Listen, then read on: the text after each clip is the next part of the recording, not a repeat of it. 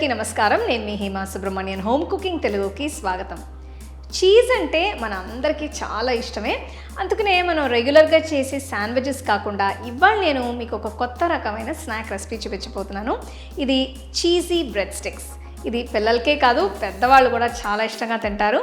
So రండి, variety snacks ఎలా చేయాలో చూద్దాం. ఈ రెసిపీ కోసం నేను ముందుగా గార్లిక్ బటర్ చేయబోతున్నాను. దీనికోసం నేను 100 గ్రాములు అన్సాల్టెడ్ బటర్ని తీసుకుని ఇలా చిన్న క్యూబ్స్ లాగా కట్ చేశాను. బటర్ మెత్తగా ఉండటం చాలా ఇంపార్టెంట్. గార్లిక్ బటర్ని చేసే ముందు బటర్ని ఫ్రిడ్జ్లో నుంచి తీసి రూమ్ టెంపరేచర్లో ఉంచితే కాస్త మెత్తగా అవుతుంది. ఇందులో వెల్లుల్లిని తురిమి వేయాలి. నేను 2 పెద్ద వెల్లుల్లి రెబ్బల్ని గ్రేట్ చేస్తున్నాను. ఇందులో 1/2 teaspoon chilli flakes, 1/2 teaspoon ఉప్పు, మిరియాల పొడి వేసి అంత బాగా కలపాలి. చూస్తున్నారు కదా బటర్ ఎంత సాఫ్ట్గా ఉందో. ఇలా ఉంటే ఇంగ్రీడియంట్స్ అన్నీ ఈజీగా కలుస్తాయి. దీన్ని పక్కన పెడుతున్నాను.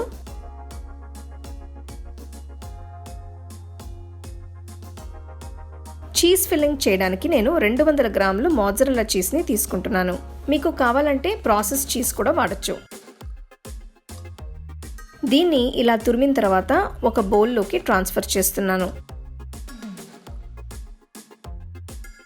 ఇందులో 1 టీ స్పూన్ ఆరిగానో, చిన్నగా తరిగిన 3 పచ్చిమిరపకాయలు వేస్తున్నాను.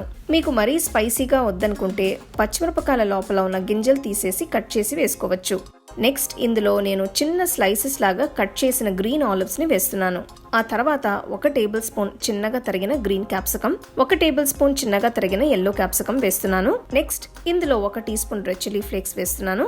ఇదంతా బాగా కలపాలి. మీకు నచ్చితే స్వీట్ కార్న్ కూడా వేసుకోవచ్చు. అలానే మీకు నచ్చిన వెజిటబుల్స్ అన్నీ యాడ్ చేసుకోవచ్చు. శాండ్విచ్ ప్రిపేర్ చేయడానికి 2 బ్రెడ్ స్లైసెస్ని తీసుకుంటున్నాను. చీజ్ మిశ్రమాన్ని ఒక స్లైస్ మీద పెట్టుకోవాలి. కొద్దిగా ఎక్కువ పెడితే బాగుంటుంది. దీన్ని సమంగా స్ప్రెడ్ చేసుకోవాలి. దీనిపైన ఇంకొక స్లైస్ పెట్టి క్లోజ్ చేయాలి. ఇప్పుడు ఒక ప్యాన్ మీద వేడి చేయాలి. ముందుగా తయారు చేసుకున్న గార్లిక్ బటర్ని దీని మీద రాస్తున్నాను. పొయ్యిని మీడియం ఫ్లేమ్లో ఉంచాలి. శాండ్విచ్ని పెనం మీద పెట్టి బాగా కాల్చాలి.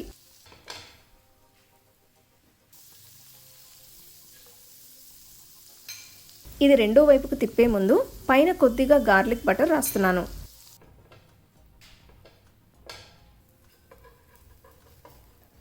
ఒకవైపు కాలిన తర్వాత శాండ్విచ్ని రెండో వైపుకు తిప్పి కాల్చుకోవాలి.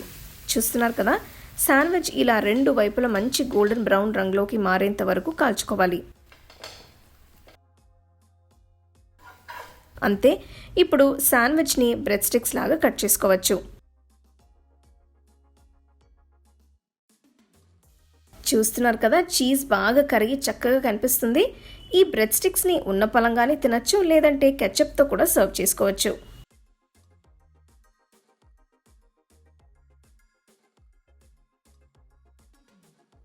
చూసారు కదా, ఈ రొటీన్ ఫుడ్ని కూడా మనం ఇంత ఇంట్రెస్టింగ్గా మార్చుకోవచ్చు.